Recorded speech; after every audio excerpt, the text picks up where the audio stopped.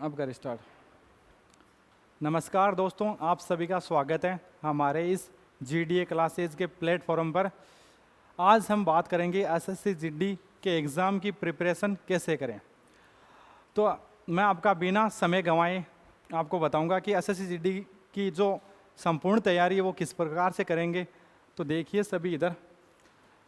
तो सबसे पहले मैं आपको बताऊंगा कि मैं आपको तैयारी के बारे में बताने के लिए योग्य क्यों हूँ, उसके बारे में बताऊंगा। देखो ये मेरा स्कोर कार्ड है, ये स्कोर कार्ड है एसएससी जीडी भर्ती 2018 का। उसके बाद वाली का भी मैंने एग्ज़ाम दिया है, तो यही एक स्कोर कार्ड मेरे पास सेव था, तो यही मैंने आपको दिखाया।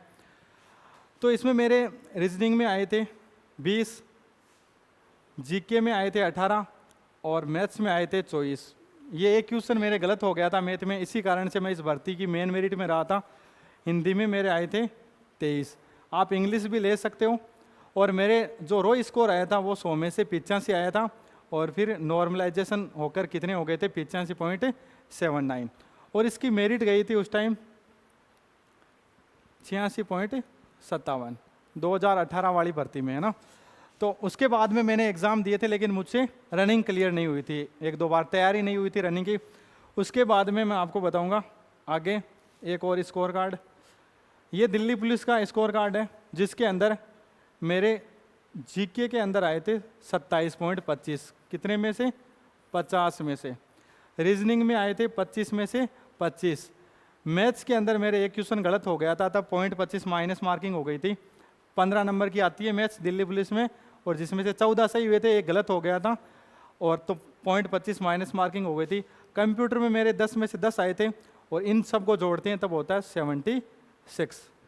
तो देखो 0.75 और 25 एक हो जाता है। इस ऐसे मिलाकर रो स्कोर जो राउंड फिगर में आया 76, और नॉर्मलाइजेशन हो गया 79.61। तो ये तो है स्कोर कार्ड। अब मैं आपको बताऊंगा कि एसएससी जीडी की तैयारी कैसे करें। तो देखो एसएससी जीडी का सिलेबस है, उसकी चर्चा कर लेते हैं सबसे पहले। तो सिलेबस में देखो मैथ्स के आते हैं 20 क्वेश्चन, 20 ही क्वेश्चन आते हैं रीजनिंग के, और 20 ही क्वेश्चन आते हैं जीके और जीएस के, और हिंदी इंग्लिश के आते हैं 20। यानी हिंदी इंग्लिश में से कोई एक लेना है आपको, दोनों लेने की आवश्यकता नहीं है, केवल एक लेना है। अब देखो सबसे पहले आपको क्या करना है, आपकी जो मैथ्स की स्पीड है वो बहुत ही खतरनाक होनी चाहिए। स्पीड अगर जितनी ज़्यादा है तो आप 20 में से 18-19 तो करके ही आओगे। तो उसके लिए आपको क्या करना है, सबसे पहले जो मैथ्स का सिलेबस है उसको बार बार रिवीजन करना है। मैथ्स की एक बुक्स ले आए, कोई भी, मान लो मथुर या आर एस अग्रवाल या राकेश यादव की, कोई भी लेकर आ गए, उसको बार बार पढ़ना है। बार बार क्या करना है, रिवीजन करना है। एक तो तरीका हो गया ये। रिवीजन करने के बाद में जो मैथ्स के जितने भी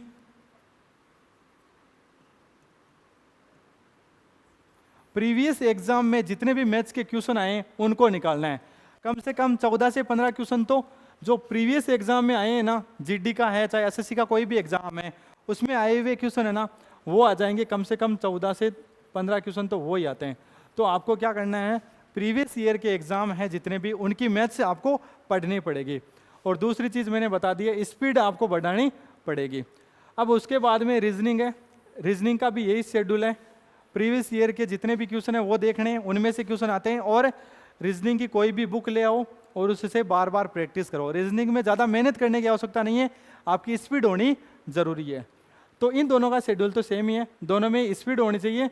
और प्रीवियस ईयर के एग्ज़ाम में जितने भी हुए उनके क्या आने चाहिए, आपको क्वेश्चन सॉल्यूशन आना चाहिए।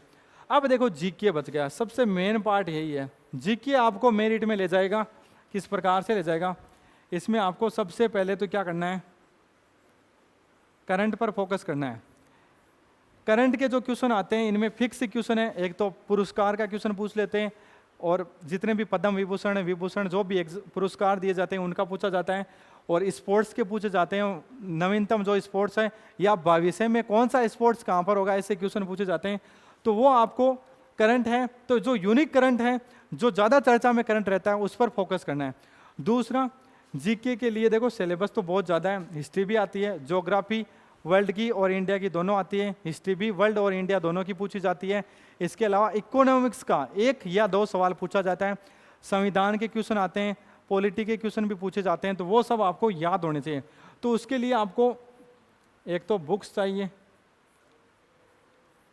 जीके की बुक्स चाहिए, कोई भी मंगवा लो, पिनिकल की या लुसेंट की या कोई भी एक बुक्स है, उसको बार बार पढ़ना है। उसके अलावा आपको क्या करना है, वही शेड्यूल, इसमें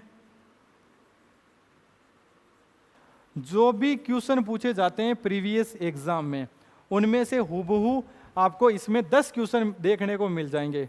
कितने क्वेश्चन? 10 क्वेश्चन। और बाकी जो करंट के वो तो नवीनतम आएंगे, तो करंट पिछले एग्जाम में हुआ वो तो पूछा नहीं जाएगा, लेकिन जो जीके है ना, वो जो प्रीवियस ईयर का है वो ही पूछा जाता है। क्वेश्चन सीमित है, जो मेन क्वेश्चन है, जो अलग क्वेश्चन है, यूनिक क्वेश्चन है, वही पूछे जाते हैं। तो वो क्वेश्चन प्रीवियस ईयर एग्जाम वाले ही पूछे जाते हैं लगभग। तो जीके की तैयारी इस प्रकार से करनी है। देखो, आप बोल रहे हैं, आपका सवाल होगा कि सर नोट्स में से पढ़ लें जो कोचिंग में पढ़ाएं, तो मेरा ये कहना है कि नोट्स पहले पढ़ने पड़ेंगे आपको। एक बार अच्छी तरह से क्या करना है, नोट्स को याद करना है। पूरे नोट्स याद होने के बाद ही आपको बुक्स लानी है, उसके बाद में आप बुक्स को आसानी से पढ़ सकते हो। अगर शुरुआत में, अगर पहले टाइम में अगर आपने बुक्स को ज़्यादा टाइम दिया ना, तो आपको बोरिंग लगेगी और आप पढ़ भी नहीं सकते। तो आपको पहले क्या करना है, नोट्स पढ़ने हैं। जो कोचिंग, जहाँ से आपने कोचिंग की है उसके नोट्स पढ़ने, नोट्स पूरे कंप्लीट पढ़ने के बाद में आपको बुक्स लानी है और उस बुक्स में से रिवीजन करना है। अब प्रीवियस ईयर के जितने भी बुक्स आती है वो भी लानी है। जो टॉपिक पढ़ लिया, उस टॉपिक को पढ़ने के बाद में उसके क्वेश्चन उस प्रीवियस ईयर वाली बुक में से आपको उनका सॉल्यूशन करना है। उसके बाद में आती है हिंदी इंग्लिश। तो हिंदी और इंग्लिश में से एक लेना है। तो एक महत्वपूर्ण बात बता दूं, हिंदी और इंग्लिश करते टाइम ऐसे टिक आता है, जैसे यहाँ पर नाम लिख दिया हिंदी और यहाँ पर ऐसे मान लो आ जाएगा इंग्लिश,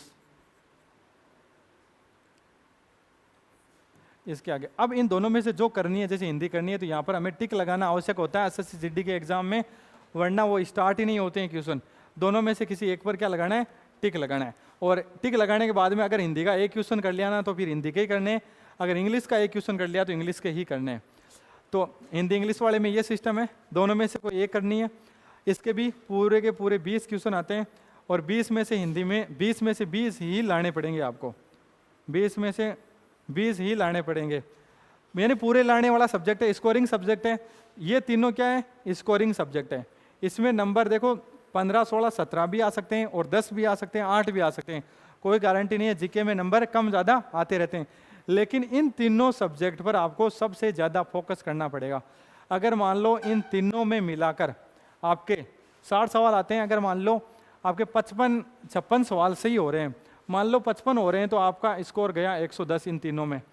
जीके में मान लो 15 सही हो रहे हैं तो 30, तो 140 और नॉर्मलाइजेशन के माध्यम से मान लो 150 के नंबर हो जाएंगे।